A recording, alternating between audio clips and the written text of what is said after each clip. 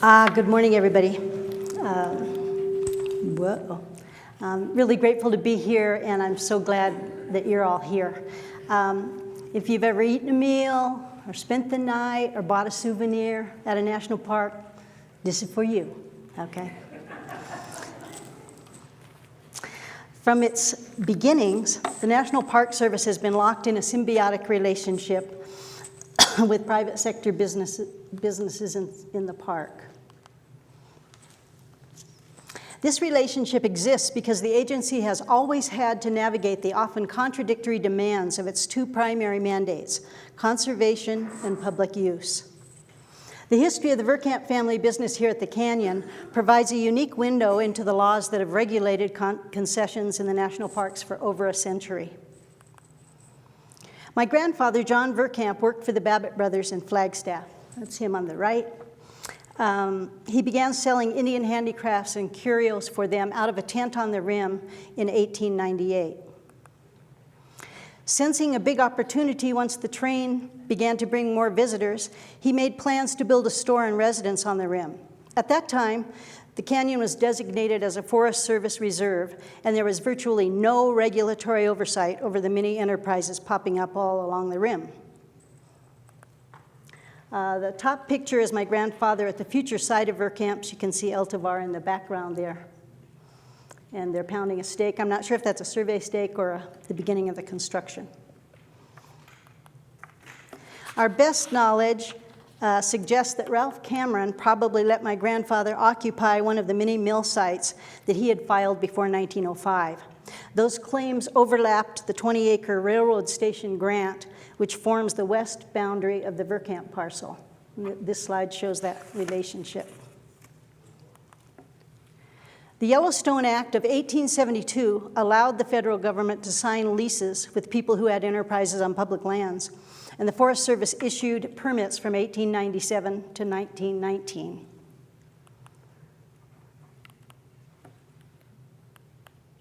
Okay.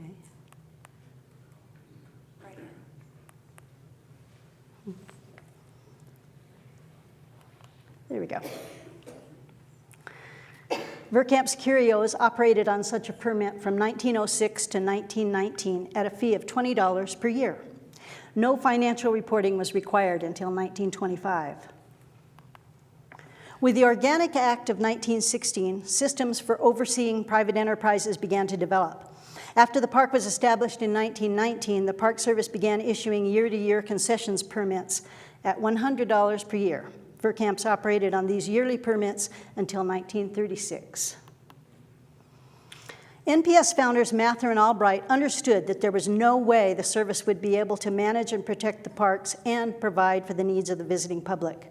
They knew partnership with the private sector was the only solution to this dilemma, particularly because of the vagaries of the congressional budgeting process.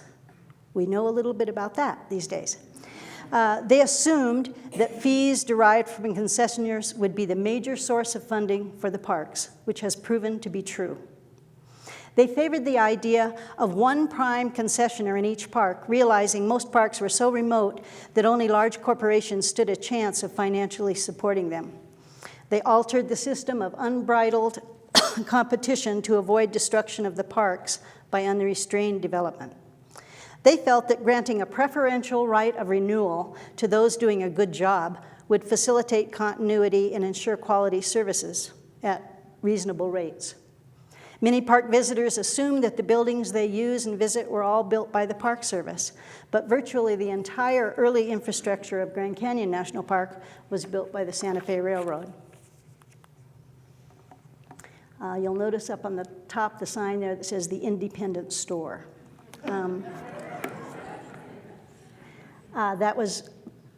My grandfather was forced to remove that a little while later, and perhaps that might have been under the influence of one of the larger operators. Verkamps and Kolb's enterprises predating the existence of the park presented a perennial management dilemma for the Park Service officials. We fell outside the founders' stated preference for one prime concessionaire in each park, but we were already woven into the history of the park and the local community. We constantly had to counter the legitimate Park Service argument that the sale of souvenirs and photographs did not necessarily meet the criteria of being necessary and appropriate services. The 1928 Act, amending the Organic Act, approved leases between the Park Service and concessionaires. It acknowledged that concessionaires had significant investments in their facilities and many regulatory constraints on their rates.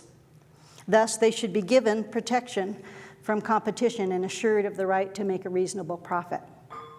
It also mandated that they be reimbursed for their investments, which were referred to as their possessory interest and later as their leasehold surrender interest. They deserved to be reimbursed if someone else was granted the contract or the government took over operations. This preferential right isn't a given. All concessionaires are required to undergo annual performance evaluations, audits of their finances. The NPS conducts site visits, enforces strict pricing guidelines, and requires permission for even tiny changes to facilities. The Verkamp family moved to the canyon permanently in 1936, the same year they signed their first long-term contract. The negotiation for that contract took place as very different, divergent opinions about park use were, afoot in the nation. Sequoia Superintendent John White wrote an article called Atmosphere in the National Parks, which railed against souvenirs and amusements in a very condescending and derogatory tone. A 1936 Emergency Conservation Committee article, Roads and More Roads in the National Parks and Forests, warned against overdevelopment. Conversely, arguments in favor of more access for the public were articulated in the 1936 Parkway, and Recreation Study Act, which recognized that growing public demand to recreate would require many more facilities. During the 1930s and 20s and 30s, visitation increased significantly. More people began arriving by cars, and the class composition of visitors changed. We adapted our product mix to meet the public's increasing demand for lower-cost souvenirs.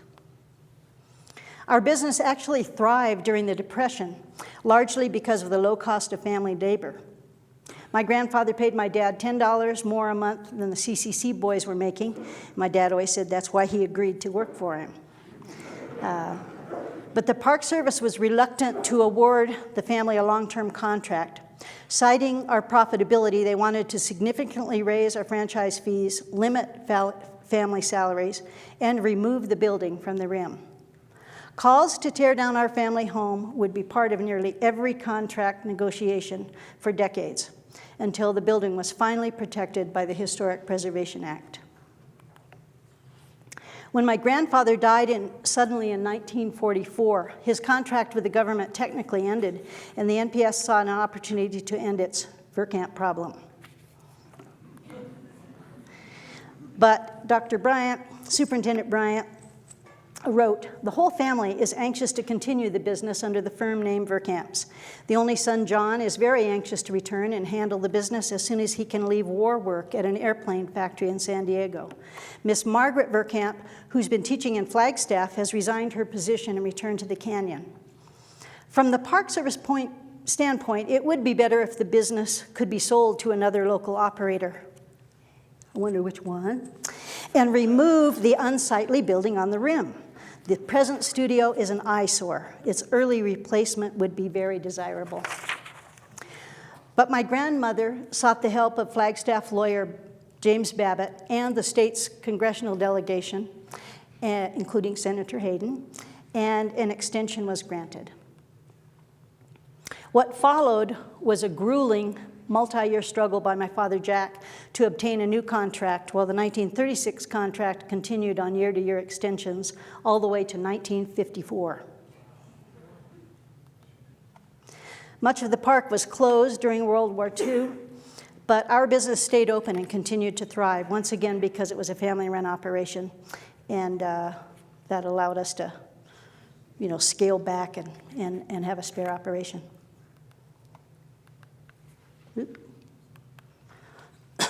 After the war, park visitation soared and new facilities were needed.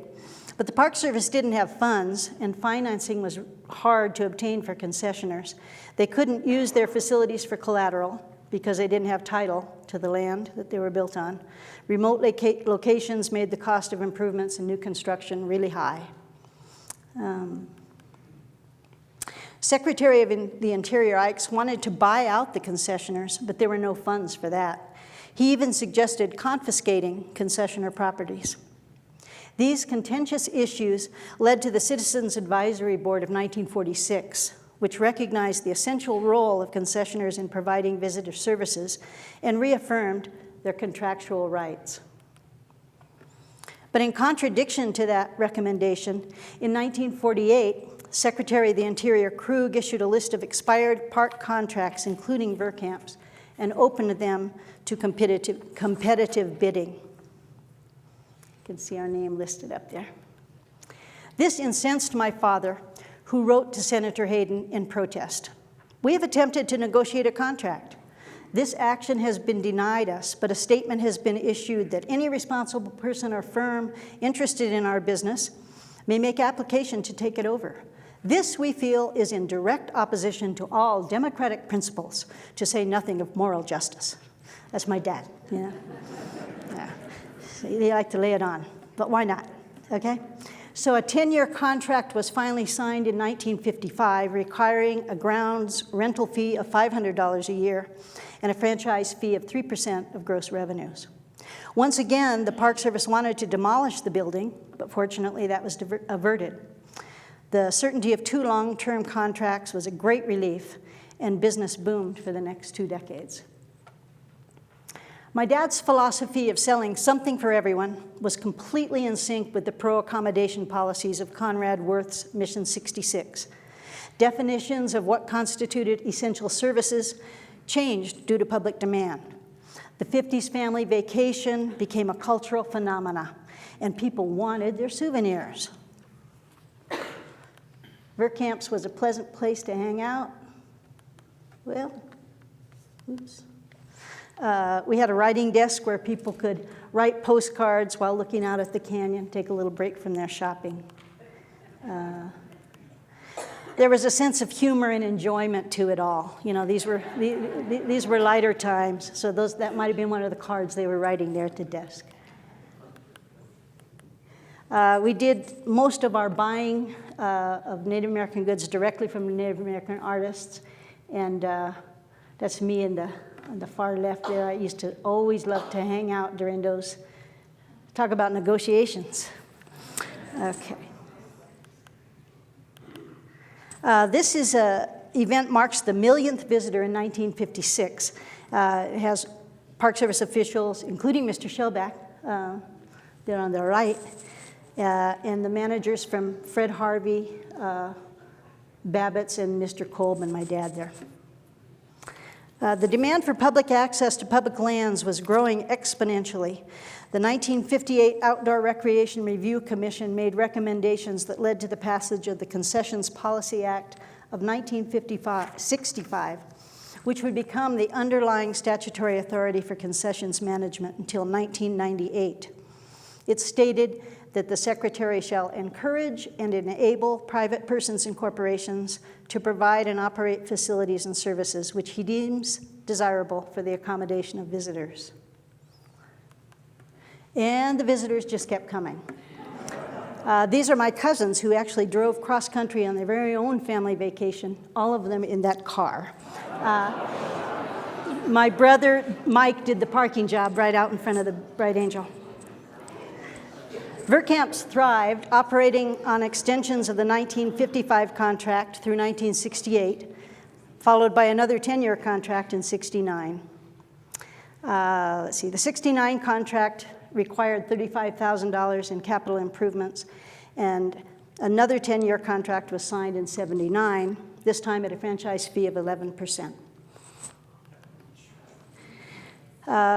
Visitation continued to soar. This picture is probably 1972. It marks the 5 millionth visitor. That's my dad and my sister, Kelly, presenting a gift to the 5 millionth visitor, 1972. But in the 1970s, there began to be a big pushback against what some in the public perceived as an overly cozy relationship between concessionaires and the Park Service. The agency's bias toward accommodating greater use began to be challenged from within and without. The Centennial Commission recommended that facilities that have outlived their usefulness be eliminated. A Conservation Foundation report raised issues of carrying capacity and called for more ecologically based policies and decision-making.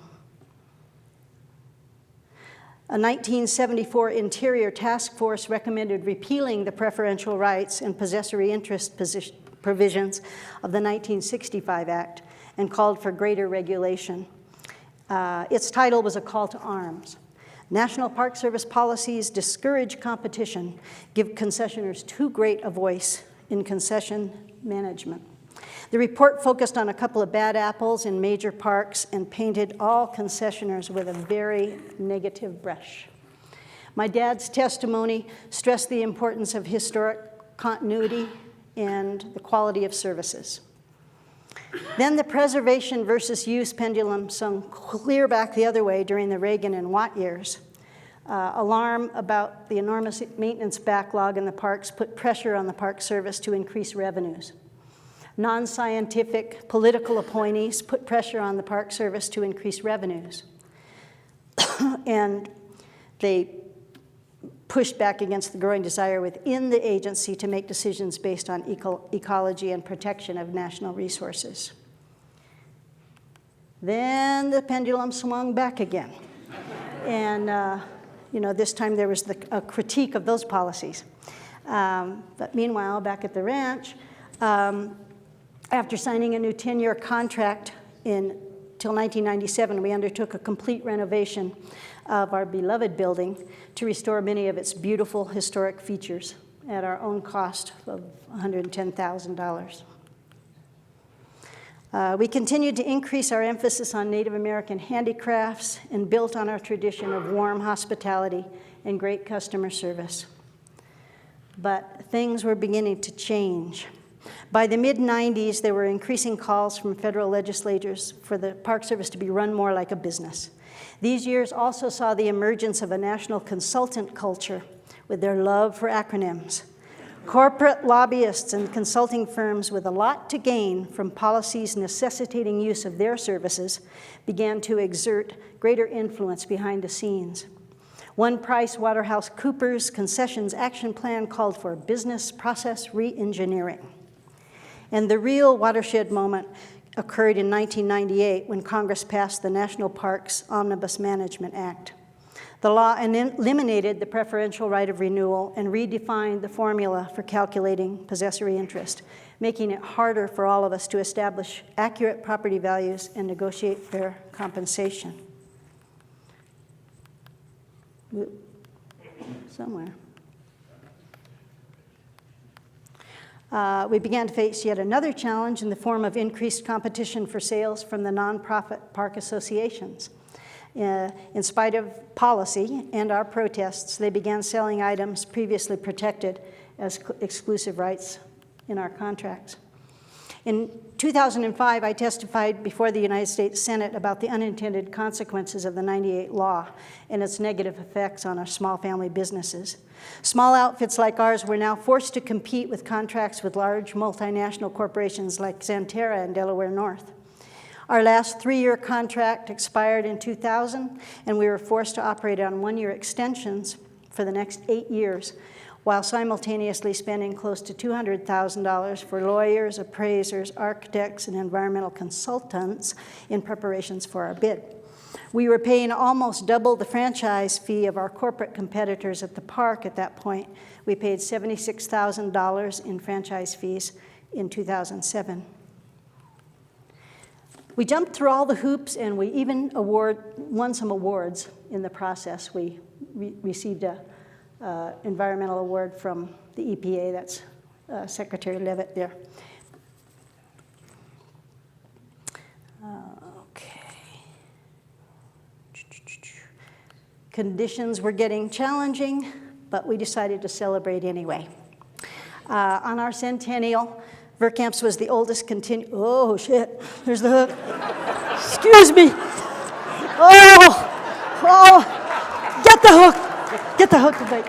So, anyway, I'm coming down the stretch. My siblings and I served as board of directors with our non-family manager. But our next generation, some shown here at the celebration, were not engaged or prepared to carry on the family tradition. So facing the risk of losing our contract to one of the dominant corporate players and exhausted by uncertainty, we made the tough decision not to bid on a new contract and to turn our beloved building back to you, the American public, by entering into negotiations with the Park Service. All the properties we had built in the park were appraised at over $6 million. After a brutal payment negotiation with government lawyers and number crunchers, we received a payment from the government of $3.1 million, less than half of our appraised value. It is not without irony that calls for more competition have led back full circle to Mather's preference for a prime concessionaire and to the current Walmartization of the national parks. But on balance, I think both parties came out all right. Generations of our family had a good livelihood and the fabulous privilege of living and working on the Rim. The Park Service got a century of quality service and significant financial benefit. The public enjoyed themselves, and Verkamps Visitor Center is now your living room on the Rim.